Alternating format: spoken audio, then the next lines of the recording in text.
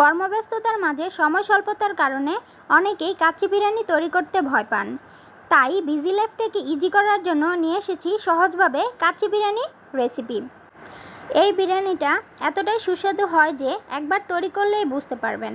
Hello everyone, আসসালামু আলাইকুম। Recipe by মুনতাহাস মমের পক্ষ থেকে আপনাদের সবাইকে স্বাগত জানাচ্ছি। আজকে আপনাদেরকে তৈরি করে দেখাবো সহজভাবে কাচ্চি বিরিয়ানি রেসিপি। আশা করছি আপনাদের ভালো লাগবে। এখানে কাচ্চির জন্য 3 কেজি গরুর মাংস নিয়েছি, বড় বড় করে টুকরো করে রাখা ও হাড় ছাড়া। দেখতেই পাচ্ছেন বড় বড় করে টুকরো করে নিয়েছি। দিয়ে দিচ্ছি আদা রসুন বাটা, পেঁপে বাটা, বাদাম বাটা, শুকনো মরিচের গুঁড়া, testing salt, soya sauce, tomato ketchup. বড় চামচের 1.5 চামচ টমেটো কেচাপ দিয়েছি। আজকে বিরিয়ানিটা তৈরি করব রাঁধুনি কাচ্চি বিরিয়ানি মশলা দিয়ে। এখানে নিয়েছি গোটা মশলা, দিয়ে দিচ্ছি দারুচিনি ও এলাচ। এখন দিয়ে দিচ্ছি রাঁধুনি কাচ্চি বিরিয়ানি মশলা। এখানে আমি 2 প্যাকেট কাচ্চি বিরিয়ানি মশলা দিয়ে দিয়েছি। দিয়ে দিচ্ছি বেরেস্তা। বেরেস্তার পরিমাণটা বেশি দিতে হবে। দিয়ে দিচ্ছি কিশমিশ। এখন দিয়ে দিচ্ছি টক দই। বড় চামচের 5 থেকে 6 চামচ টক দই দিতে হবে। যেহেতু আমার এখানে মাংসের পরিমাণটা বেশি, তাই টক দইয়ের পরিমাণটাও বেশি ব্যবহার করেছি। এখন দিয়ে দিচ্ছি সয়াবিন তেল। 5 থেকে 6 চামচ সয়াবিন তেল ব্যবহার করলেই হবে। এখন আমি মাংসটাকে মশলার সাথে ভালোভাবে ম্যারিনেশন করে নেব। ম্যারিনেশন করার সময় এমনভাবে ম্যারিনেশন করতে হবে যাতে মাংসটা মশলার সাথে ভালোভাবে মিশে যায়।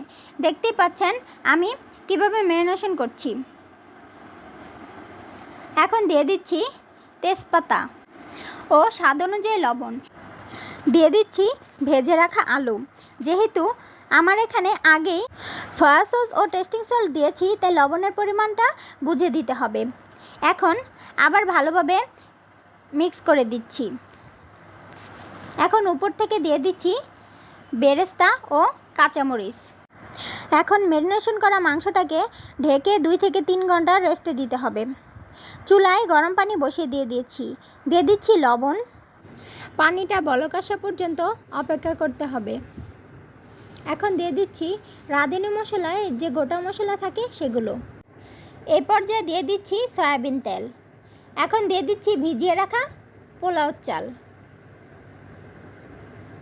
একটু পরপর নেড়েচেড়ে দেখতে হবে পোলাও চালটা হয়েছে কি না।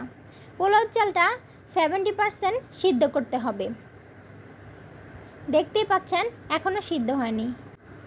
এই পর্যায়ে চালটি সিদ্ধ হয়ে গেছে। ম্যারিনেশন করা মাংসের মধ্যে দিয়ে দিচ্ছি সিদ্ধ করে পানি ঝরিয়ে রাখা পোলাওর চাল। এখানে আমি 2 থেকে 3টা লেয়ার করে নেব। চালটাকে দিয়ে ভালোভাবে মিশিয়ে নিতে হবে। দেখতেই পাচ্ছেন কিভাবে দিয়ে দিচ্ছি। এখানে দুধের মধ্যে জাফরান ভিজিয়ে রেখেছিলাম কয়েক ঘন্টার জন্য। উপর থেকে দিয়ে দিয়েছি ঘি। চালের লেয়ারের উপর থেকে ছড়িয়ে দিচ্ছি ঘি, জাফরান ও দুধের মিশ্রণটি। এটা দিলে দেখতেও সুন্দর লাগে ও খেতেও ভালো লাগে।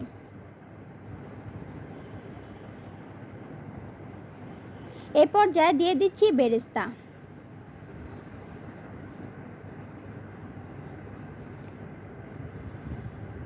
ও কিশমিশ। এখন উপর থেকে আরও 1-2টি লেয়ার করে নিব। এই জন্য দিয়ে দিচ্ছি পোলাওর চাল। সেম প্রক্রিয়া। আবারও জাফরান, ঘি ও দুধের মিশ্রণটি দিয়ে দিতে হবে। দিয়ে দিচ্ছি বেরেস্তা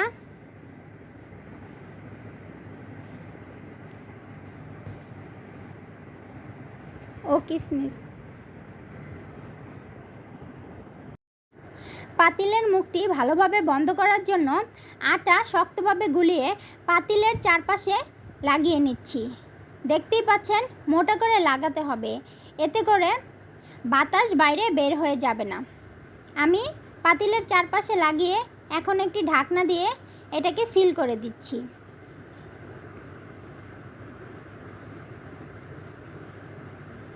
এখন আর বাতাস বের হবে না। চুলায় লো মিডিয়াম আঁচে 5 মিনিট রান্না করতে হবে। অপর প্রান্তে তাওয়া গরম করে নিয়েছি। 5 মিনিট পর পাত্রটাকে তাওয়ার উপর লো আঁচে দিয়েছি। এই লো আঁচে 2 ঘন্টা রাখতে হবে। 2 ঘন্টা পর দেখতেই পাচ্ছেন কাচ্চি বিরিয়ানিটা কিন্তু তৈরি হয়ে গিয়েছে। এখন একটি ছুরির সাহায্যে আটাটাকে তুলে নিতে হবে। দেখতেই পাচ্ছেন বিরিয়ানিটা কত সুন্দরভাবে তৈরি হয়ে গিয়েছে। এখন আপনাদেরকে তুলে দেখাচ্ছি। দেখুন নিচে লাগেওনি এবং কত সুন্দরভাবে বিরিয়ানিটা তৈরি হয়ে গিয়েছে। এখন এটা পরিবেশন করার পালা। এরকম মন মাতানো কাচ্চি বিরিয়ানি হলে তো আর কোনো কথাই নেই। অনেকেই কাচ্চি বিরিয়ানি তৈরি করতে ভয় পান। আশা করছি আমার এই ভিডিও দেখার পর আপনারা কাচ্চি বিরিয়ানি সহজভাবে ঘরেই তৈরি করে ফেলতে পারবেন। দেখতেই পাচ্ছেন মাংসটা কত সুন্দরভাবে সিদ্ধ হয়ে গিয়েছে। ভয়কে জয় করে আজই বাসায় তৈরি করুন কাচ্চি বিরিয়ানি। রেসিপিটা আপনাদের কাছে কেমন লেগেছে অবশ্যই কমেন্টের মাধ্যমে জানাবেন। এতক্ষণ আমার ভিডিওটা দেখার জন্য আপনাদের সবাইকে জানাচ্ছি ধন্যবাদ।